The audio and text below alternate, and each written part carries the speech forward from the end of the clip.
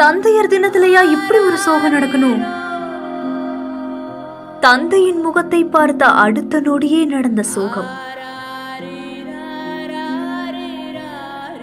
2 உயிர்களை பறிகொடுத்த சம்பவம்.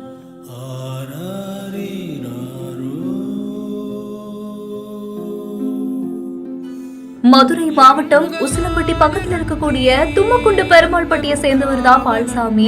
இவரு ஒரு விவசாய கூலி தொழிலாளியா வேலையும் செஞ்சுட்டு வந்திருக்காரு.